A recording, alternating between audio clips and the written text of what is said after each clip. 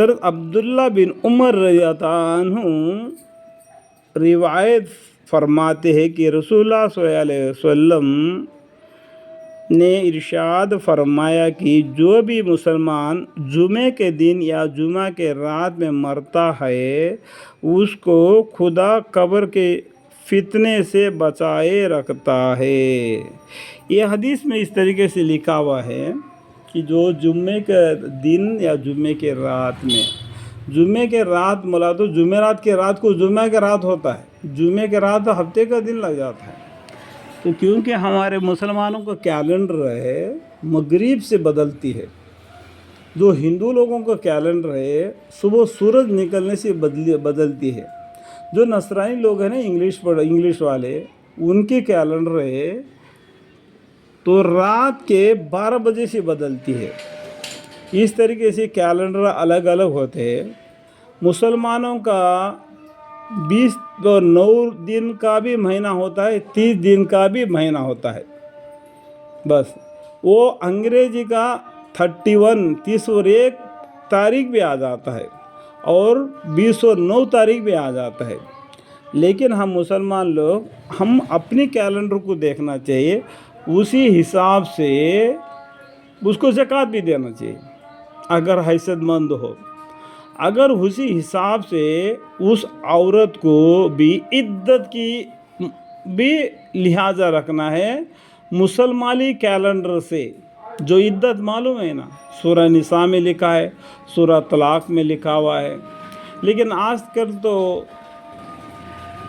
کہنا بھی نہیں چاہیے کہ کہاں قرآن کے موافق نکاح ہوتے ہیں، کہاں قرآن کے موافق طلاق بنتا ہے، کیا چھوٹی چھوٹی غصے میں آ جاتے ہیں، بڑے بڑے غلطیاں کر بیٹھتے ہیں۔ تو اللہ نے اس کو تھوڑا سا سہولت دے دیا سمجھنے کے لیے، سمجھانے کے لیے۔ تو انشاءاللہ جب بھی موقع ملے سورہ نساء کی معنی، سورہ نور کی معنی، سورہ ملک کی معنی، سورہ الف لام میم سجدہ کی معنی، اور طلاق کا سورہ طلاق ہے اس کا معنی، اور علی عمران پڑھیں گے تو میکسیمم جو لوگ کرسچین بنتے ہیں تو ان کو معلوم پڑ جائے کہ وہ عیسیٰ علیہ السلام کوئی خدا نہیں ہے۔ ان سے بھی پہلے بہت سے پیغمبر آئے، ان میں سے ایک پیغمبر ہے، وہ یہ کلمہ ہے اللہ کا۔ ہمارے پیغمبر صلی اللہ علیہ وسلم بھی ہمیشہ زندگی دنیا میں جینے کے لیے آئے کیا؟ گئے نہیں، پردہ نہیں لیے دنیا سے۔ ہر انسان کو پردہ لینا پڑتا ہے، وہ ہمیشہ دنیا میں جینے کے لیے نہیں آئے، اپنے نام اعمال کو بنا کے جنت کا وارث بننے کے لیے آئے۔ جنت کس کا ہے؟ ہمارا دادا کا ہے۔ ہمارا دادا کون؟ حضرت آدم علیہ السلام۔ تو وہ دادا کا آستی کو کون حقدار ہے؟ پوترا حقدار ہے۔ قانون بولتا ہے کیا نہیں؟ تو اس بات کو سمجھ کے اپنے زندگی کو اسلامی طور طریقے پر گزارے، غیب پر ایمان لائے۔ یا بہت سی حدیثیں ہیں ہمارے دل دماغ میں بہت ہی شک پڑ جاتا ہے، شک کے نکال کے باہر پھینک دو، وہ شیطانی وسواس ہے۔ عالم الغیب، غیب کے پر ایمان لانا ہمارا کام ہے۔ یا رسول اللہ صلی اللہ علیہ وسلم کا نام لیا گیا اور صحابی کا نام بتلایا گیا تو ہم اس کے پر ایمان ضرور لانا۔ حضرت انس بن مالک رضی اللہ عنہ فرماتے ہیں کہ بلا شبہ رمضان کے مہینے میں مردے سے قبر کا عذاب اٹھا لیا جاتا ہے۔